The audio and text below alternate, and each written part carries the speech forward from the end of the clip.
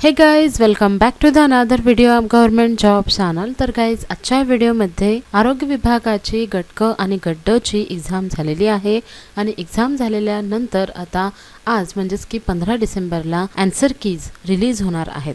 तर अजून तरी आन्सर कीज रिलीज झालेल्या नाही, दिवसभरात कधीपर्यंत रिलीज होऊ शकतात त्याविषयीची महत्त्वाची इतर माहिती सुद्धा आपण जाणून घेणार आहोत। तर हा व्हिडिओ कंप्लीट पाहत राहा। तर गाइज, तुम्ही पाहू शकता महाराष्ट्र शासन सार्वजनिक आरोग्य विभागाची ही ऑफिशियल वेबसाईट आहे।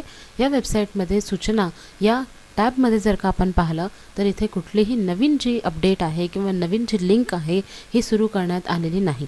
यामध्ये फक्त गट क आणि गट ड ची सरळ सेवा भरतीचे जे 2023 अंतर्गत चुकीचे प्रश्न आहेत किंवा चुकीचे पर्याय आणि चुकीच्या उत्तरास गुणदान आक्षेपाकरिता शुल्क आकारणीबाबत सूचना देण्यात आलेल्या आहेत। परंतु अजूनही जी ऑफिशियल लिंक आहे आपली आन्सर कीजची ती रिलीज करण्यात आलेली नाही आणि जर का तुम्ही तुमच्या ID वर सुद्धा जाऊन चेकआउट केलं तरी सुद्धा तिथे तुम्हाला कुठलीही अपडेट मिळत नाही आहे।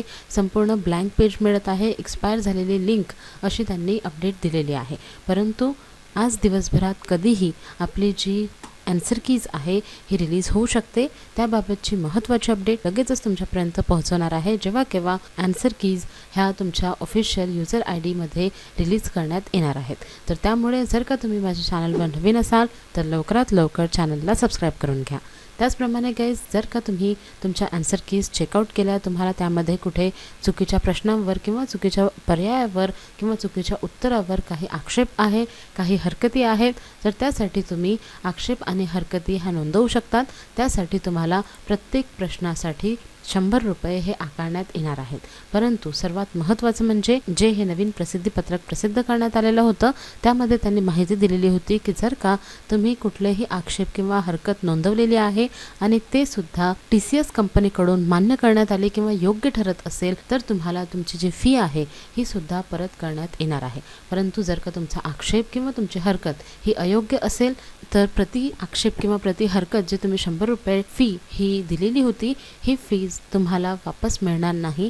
त्यामुळे जर का तुम्हाला तुमचा प्रश्न किंवा तुमचा पर्याय किंवा एखादा जे उत्तर दिलेलं आहे ते चुकीचे वाटत असेल तर त्यासाठी हरकत तुम्ही नोंदवू शकतात। परंतु त्या अगोदर तुम्हाला 1-2 वेळा ते संपूर्ण जे प्रश्नाचे करेक्ट उत्तर आहे हे चाचपून पाहायचे आहे जेणेकरून तुमचे 100 रुपये जे आहेत हे वाया जाता कामा नये। परंतु जर हरकत आणि बाकीचे आक्षेप जर का योग्य असतील तर तुम्हाला तुमचे फी जे आहे 100 रुपये जे आहेत ते परत मिळणार आहेत। तर त्यामुळे सर्व परीक्षार्थ्यांनी आपली जेव्हा आन्सर कीज रिलीज होतील तेव्हा चेकआउट करून घ्यायचे आहे आणि तुम्ही इझिली तुमच्या आक्षेप किंवा हरकतीसुद्धा नोंदवू शकणार आहेत।